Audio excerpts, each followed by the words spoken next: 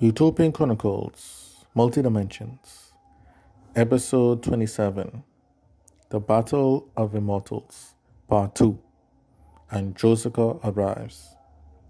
With a heavy fortified camp just northeast of them, and with their enemies to the south of them, the Empire prepared for war. Andrew rode a white horse, as did his main family members, as they were with their massive army, which consisted of foot soldiers, tanks, planes, bombers, cannons, and the like, were ready to put down the evil that was in front of them for good. Natasha worried over her godfather, who surrendered to the enemy. She knew that Zen was a righteous man, and that he must have a reason for doing what he did. She hoped to find that out today.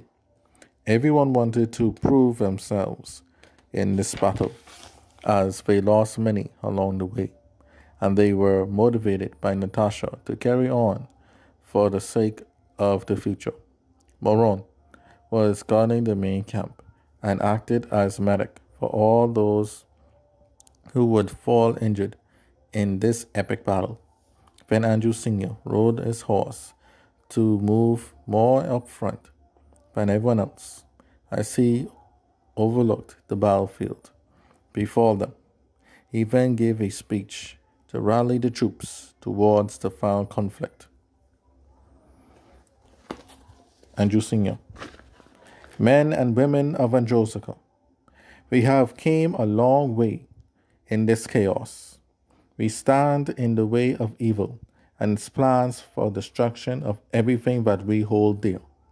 We do not only fight for just to preserve an empire, but an ideal that anyone can rise and live in peace and have an equal opportunities to succeed, no matter where they come from in the universe. For too long, those that have come before us have lived for war and conquest. It was by the help of God Almighty that we finally put down that age of chaos. Now, however, great evils and villains lay before us, threatening that which we have achieved. For those that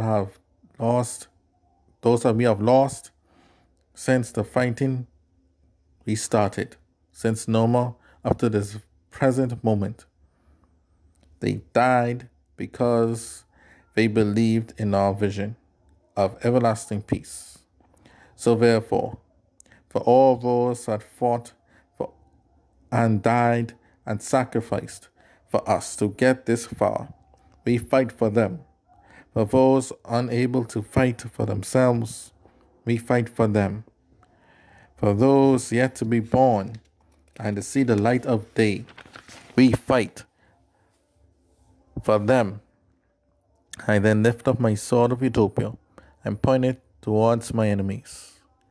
May the God of Abraham, Isaac, and Jacob grant us victory in this battle. Forward! A mighty roar ran out across the land as the riders, foot soldiers, tanks, planes, and more advanced toward the enemy. Chevalier waited in the southern castle alone as his army was in front of him. He looked upward and remembered the prophecy as it was said to begin with this battle. Fupop and Devi guarded the castle as Gideon being laid hidden in the skies, ready to end on the floor name once and for all. But Gunterzen was nowhere to be seen. Angela Byrne was the one who gave the order to the anti-LaFleur forces to charge. At last, the Battle of the Valley of Immortals was joined.